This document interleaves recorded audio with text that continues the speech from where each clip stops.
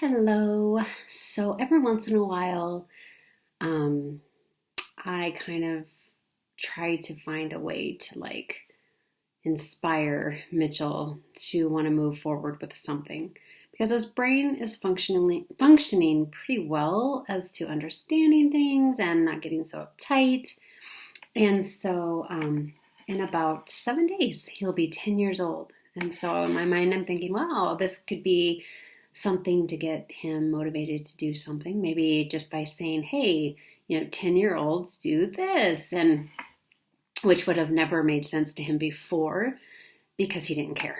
And he's really taught me that your age really doesn't matter as long as you're always making progress, right? So even as adults, sometimes we think we should be at a different place than we are in our lives right now. But maybe that doesn't happen until we get a little bit older because we're on a journey of learning and exploring. And so he's really taught me a lot. And I hear that out there even as adults as we strive to reach our goals and dreams. So my focus right now is food. And it's always been our focus. But, and we've come so far with certain things, but we are still a ways away from Mitchell eating foods that are preferred and healthy for his body to make him thrive. And sometimes I even think to myself, how is he thriving? Because his diet is super limited. And I'm not going to get into the details. It's very limited. Most of his nutrients comes from raw goat's milk, which we get from a farm here. And, but many years ago, I decided that I cannot force feed him, and I choose not to do a G-tube on him. And he is thriving and growing. And if I took him to the doctor, he would probably be in the, high range of percentile for his age. So he looks like a super healthy little boy. But our thing is food. And so, I have been on the journey of working with a nutritionist. What do you give him? What are the first things that I should try to introduce? And I couldn't. And so I think I've talked a little bit about that. But then I go to another program and what should I try to introduce? And it's like, I can't do it. Like he won't eat it. I can't force these things of nutrition down his body, right? And so for me, it's really been about God. He is yours. And something in his brain has to click for him to be able to be open to eating this food. And so I has just trusted in the journey and the process, and he's stayed pretty healthy with what he does eat. He does take some supplements that I think help. And so I've had to trust. And then I've had to try. So I went through a process of doing different things to try and get him to eat, and it always brought on so much anxiety. But then I go in a season where I just let it go, and then I start worrying about it, and then I let it go, and then I start talking about it again to him and worrying about it. So it's like, okay, well, what do I want him to try? So if I want him to try foods, I want him to try foods that we can grow, not in packages. So I want him to try, and he loves things that look yellow. It's weird. So yellow crackers, yellow popcorn, yellow, yellow, yellow. So it's like, Mitchell, today I was telling him, I know you love yellow crackers and popcorn, and so what can we grow in the garden that's yellow? And he told me corn.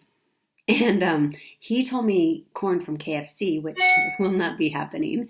So I'm like, yes, we can get good corn, and you can try corn, and you can try squash, and trying to get just what are yellow things that the kid could eat.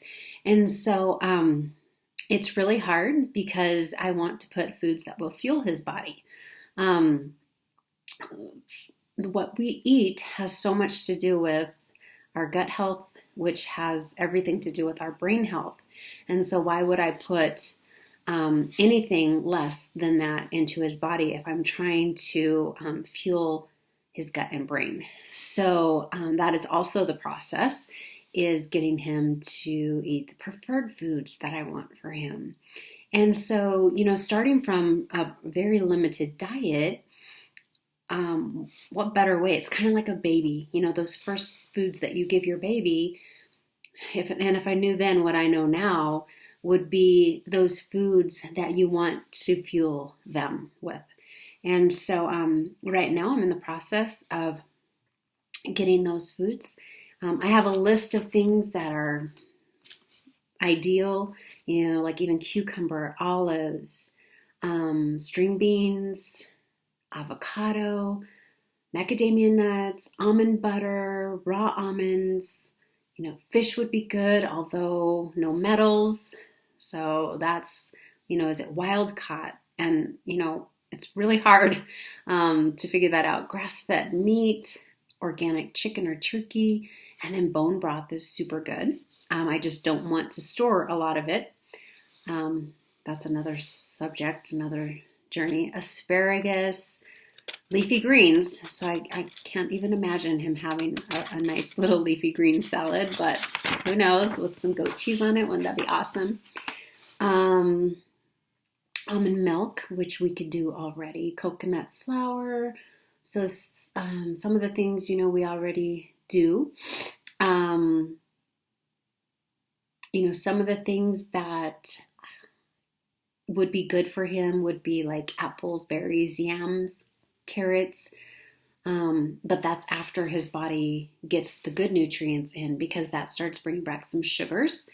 So it's a long process to think through. And so it's like, what are the few things that I want to try with him? I have, I'll just show you some of the books. So I have this, which would help in my communication with him. I have Eating for Autism. I have The Gaps. I have The Gut and Psychology Syndrome. So this is for ADHD, depression, schizophrenia, dyslexia, autism, dyspraxia, so all that. And then I have this one. I probably have some other ones. I just pulled out these that I had close by, but it's hard. And so if you're a mom out there trying to find a way, the other thing that I thought was super interesting was today I was on another mom's site. It's called Finding Cooper's Voice. And she was going through the whole, eating part of an apple. And he was actually doing it. So I showed Mitchell that video, and that was super good. I'm like, your friend Cooper on Facebook is eating an apple too. And so, even building a community where we can, yes, Mitchell could be learning this with a group of kids. But one-on-one, he wouldn't be getting that attention and that compassion unless I hired someone to come in. And I just think that with his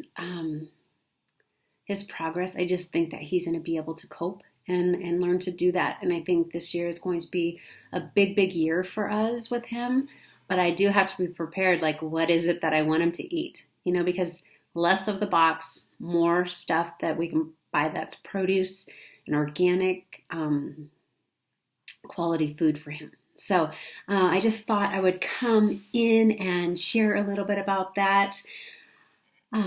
Just talking about food. So if you have any ideas or suggestions of things that have worked for you and your kids, I would love to hear. I'd love to see videos that have helped or books that have helped. And I know it is a process, and I know sometimes this takes a long time. I have hope because my mom told me about a 10-year-old boy who all of a sudden just started eating. The problem is that he was getting, double meals at school, and his mom's like, let him have whatever he wants. And I just want to make sure the quality's there, because once your body is filled with candida, which is because of sugar, it just thrives on that, and it's really hard to get rid of. Your body does not thrive on it, but the sugar.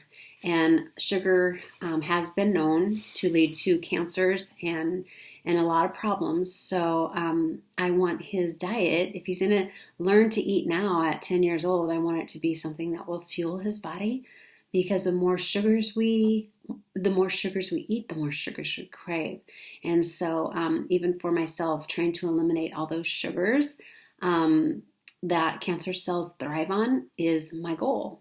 And, it's hard enough with typical kids. It's actually really hard with typical kids to get them to make good choices when they're not in your home, and to have them eat healthy. And so it's actually kind of interesting how for Mitchell, I actually have a little bit more control over it, even though he won't eat. I have more control over what I offer to him. And so he already knows that certain foods that he used to eat are just not good for him. He knows they are not healthy, and so he'll say, no, yucky. I could take him into the store and he just doesn't ask for that stuff anymore. So I know his body is healing from the food that he has had in the past. And, Mitchell ate a lot of foods up until he was about 3.5. I wish I knew the exact time when all this shifted. But I remember, used to eat, chips and rice and even ranch dressing, and he'd have protein shakes, and he used to eat a lot of different foods when he was little. And then all of a sudden that went away. One night, he stopped eating. So if pay attention, you guys, pay attention to when things change in your kid, and document those things. And then just learn about the gut and what causes our kids to change up their desire to eat, and to try new things. So I just wanted to get on and just tell you where we're at and how we ebb and flow, or I do, with pushing the fact about food. And my biggest prayer is that this year he'll choose some good foods that will help nourish his body so he can continue to grow into a sweet little boy, young man, and adult. So thank you for your time listening here. And if you have any people you want to connect me with, I'm a connector and I'm a sharer, if you don't know that by now. And I appreciate any time someone reaches out and shares. Sometimes it takes a while for it to circle around to where I can tap into it, because I have so many things that I'm, learning and always learning and growing. So I might not get to it right then, or it might be something that I had looked at in the past. And if it's reintroduced to me, then I'm like, maybe it's the time that I look into it. So I am always open to people connecting me to other people, and things that they've tried, or sharing any tips with me. Even if I've tried it, I'm like, yep, you can share it, and I'll just say, yep, I've tried that. So thank you so much. Have a great day.